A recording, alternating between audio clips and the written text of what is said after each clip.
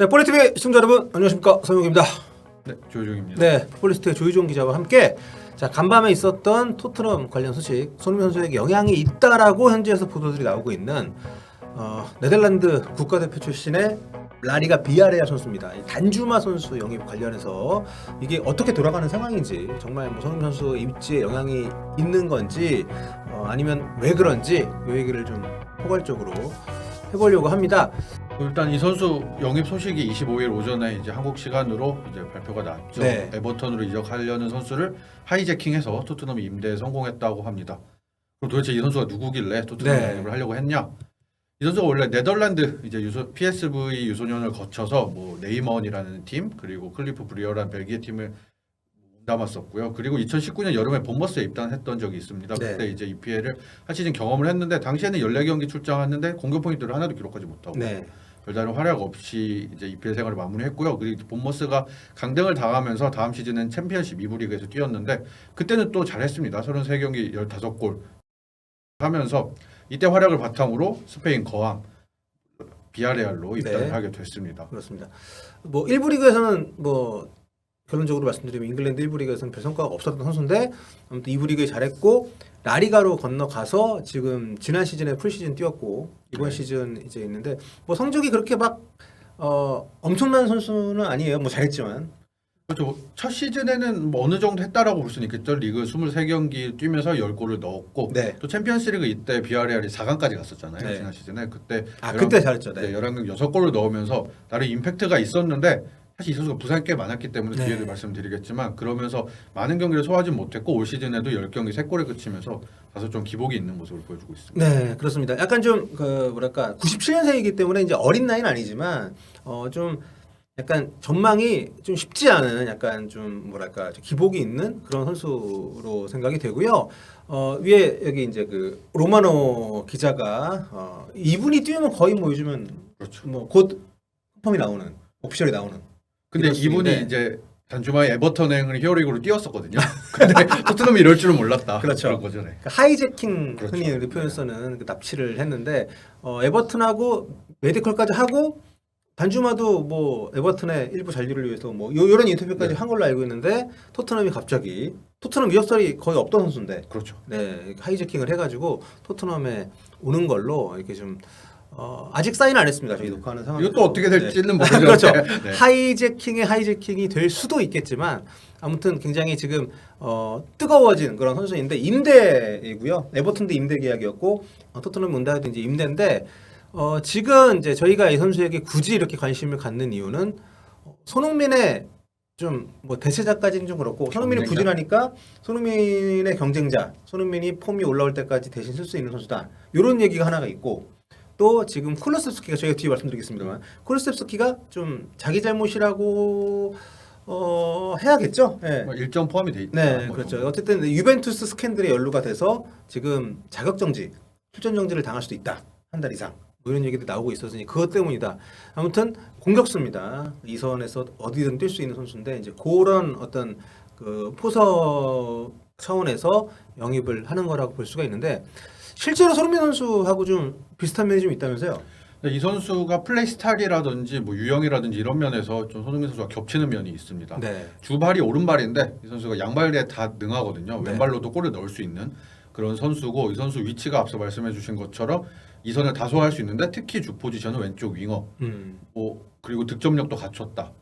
어느 정도 이제 이 말을 설명을 들으면 손흥민 선수가 연상이 되잖아요. 네, 그렇죠. 네. 딱 그런 유형의 선수고 지난 시즌에 10골을 넣기도 했고 슈팅 수가 굉장히 많은 선수예요. 그래서 이 선수가 손흥민 선수의 직접적인 뭐 대체자, 백업 이런 유형이 될 수 있다. 겹치는 유형이다라고 설명드릴 수 있을 것 같습니다. 그렇습니다. 지금 뭐 현지 좀 기사들 보니까 조희종 기자가 조사한 제가 그 에슬레틱 기사를 보니까 재밌더라고요.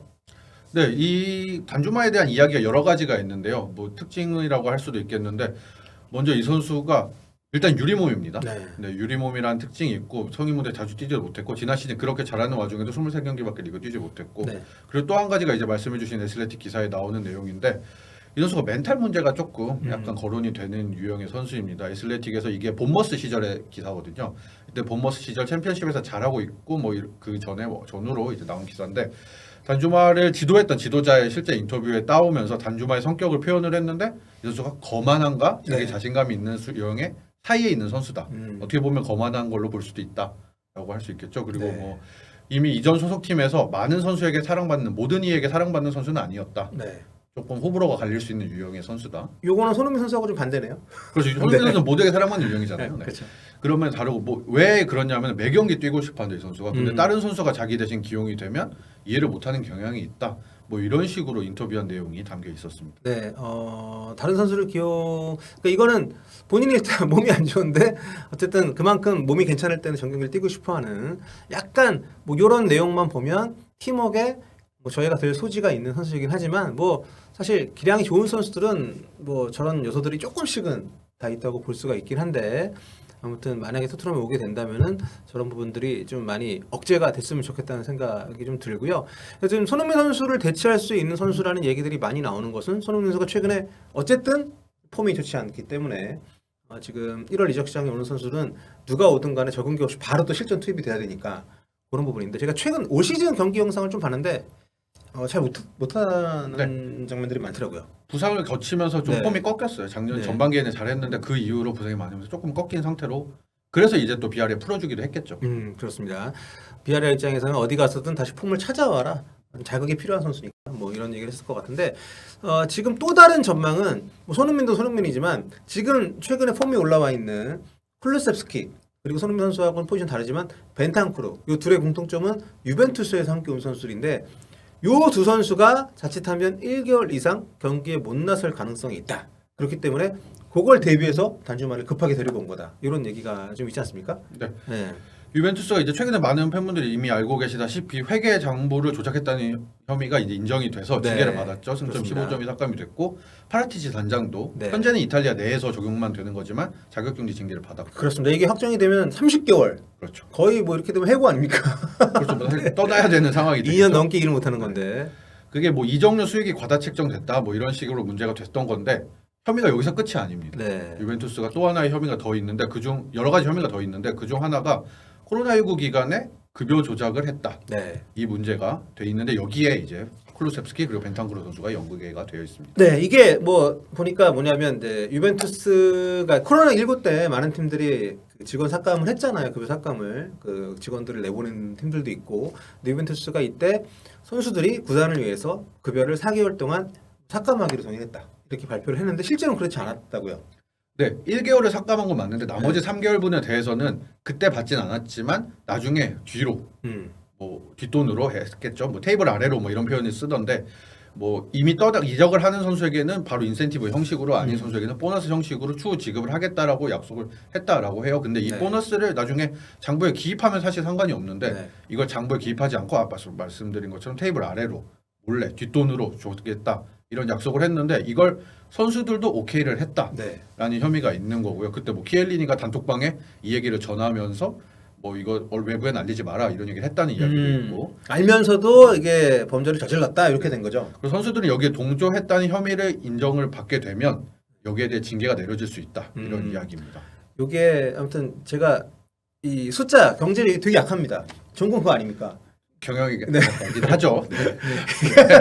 그렇긴 하죠. 네. 네. 이게 그러니까 간단히 설명을 좀 하고 넘어가야 될 것 같아서 실제로는 선수들이 나중에 돈을 받았는데 실제로는 구단에서 돈이 안 나간 걸로 돼 있다는 거잖아요. 그렇죠. 그럼 이게 구단이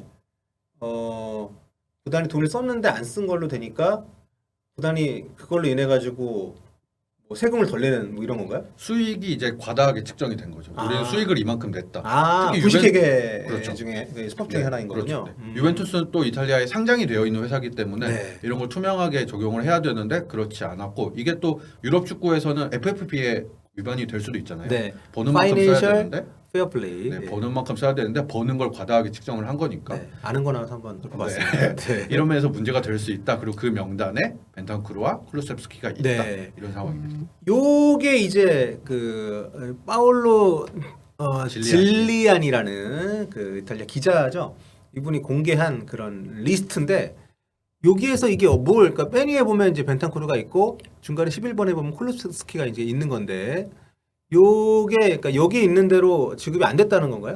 이렇게 이게 실제로 지급이 된 건가요? 급여를 조정하기로 했다라는 명단이고 네. 이게 사실 앞서 이제 이런 혐의가 유벤투스가 혐의가 있다라는 건 이제 포브스라든지 여러 이제 공신력 있는 매체에서 많이 나온 이야기인데 여기에 대해서 구체적으로 선수들이 징계를 받을 수 있다. 네. 그리고 징계를 받을 수 있는 선수들은 이런 명단이 있다라고 공개한 게 이제 진리안이거든요. 근데 이 이후로 아직 뭐 구체적으로 선수의 징계에 대해서 언급한 기사는 없는데 네. 일단 이분이 언급한 게 사실이라면 이 선수들이 이런 식으로 징계 삭감에 동의를 했고 이 명단에 있는 선수들은 그렇기 때문에 리그 규정상 한 달 이상의 징계를 받을 수 있다. 출전 정기가 네.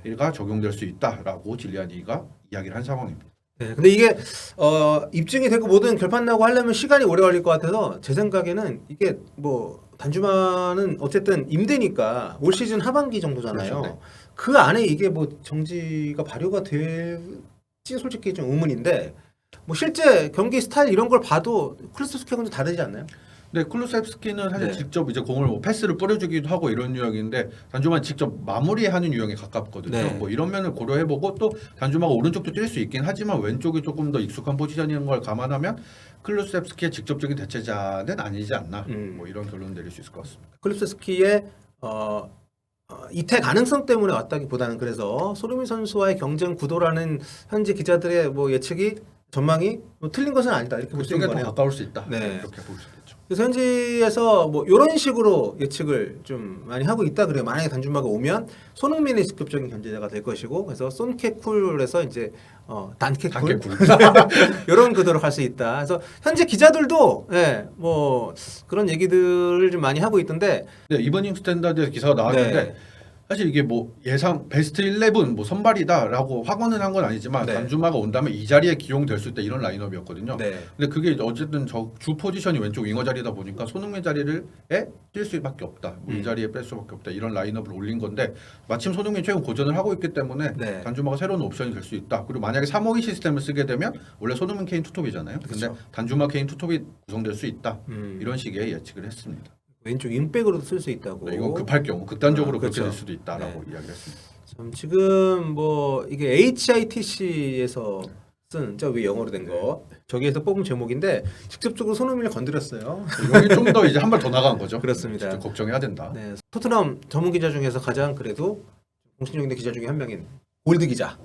골드 기자 팬들하고 이제 Q&A 하면서 뭐 어쨌든 손흥민 히샬리송 다음 순번이다. 네, 이렇게 얘기를 했다고요? 네, 단주마 입장에선 이 이적이 최선의 선택이 아닐지 모른다. 뭐 이런 식으로 설명을 하면서 그 앞서 손흥민도 있고 히샬리송도 있기 때문이다. 뭐 이런 식으로 얘기를 했고요. 대신에 이제 단주마 영입이 토트넘에 미칠 영향으로는 콘테 감독이 더 많은 선택지를 제공받을 수 있을 것이다. 네. 특히 이제 단주마가 옴으로 인해서 케인이 휴식을 취할 수 있는 선택지가 될 수도 있다. 네. 케인을 빼고 히샬리송을 점진 배치하고 네. 단주마를 기용할 수도 있는 거니까. 야, 너 골드가 케인을 모르나? 케인은 부상이 아닌 무조건 뛰겠다. 거의 풀타임 뛰고 싶어하는 선수인데. 그렇죠. 네. 네. 물론 토트넘이 지금 리그, 뭐 챔스 지금 FA 아직 FA컵도 안 떨어졌고 뭐 경기가 좀 많은 상황이기는 해서 게다가 부상자들도 계속 번갈아 나오고 있고 손흥민 선수는 계속 어쨌든 부상과 피로 누적 속에서 뛰고 있는 상황이어서 콘테 감독에게 다양한 옵션 주는 것은 맞는 영인 것 같은데 전망 어떻게 보십니까? 오면 단주마한테 기회가 좀 있을 것 같나요? 뛸 수는 있을 것 네. 같은데 그렇다고 뭐 손흥민 선수가 밀릴 거라고 네. 보진 않고 있습니다. 단주마 선수가 사실 손흥민이 올 시즌에 19경기 4골을 넣었잖아요. 네. 근데 단주마 선수는 라리가에서 10경기 2골 넣은 선수거든요. 그래서 뭐 기록으로 보나 뭘로 보나 손흥민 선수보다 우위에 있다라고 보진 않고 대신에 이제 손흥민 선수의 체력을 안배할 수 있는 뭐 용으로 그렇죠. 기용이 될 수 있지 않을까. 네. 저는 오히려 지금 브리안 힐이 빡쳤을 것 같은데. 그래서 힐이 임대된다는 이야기도 나오고 있더라고요. 네. 힐이 좀 올라오나 싶었는데 네. 다시 기용을 안 하더라고요. 그렇죠, 네. 지난번에 있던 명단에서 또 빼버렸고. 자, 아무튼 단주마 선수 아직 계약은 안 했습니다. 저희 이거 찍는 동안에는 에버튼이 거의 영입하는 걸로 보였던 단주마 선수, 네덜란드 국가대표 출신. 이번 월드컵 못 갔어요. 이 선수에 관해서 이 선수 영입이 토트넘에 미치는 영향에 대해서 간단히 좀 알아봤습니다. 다음 시간에 또 뵙겠습니다. 안녕히 계세요. 오빠.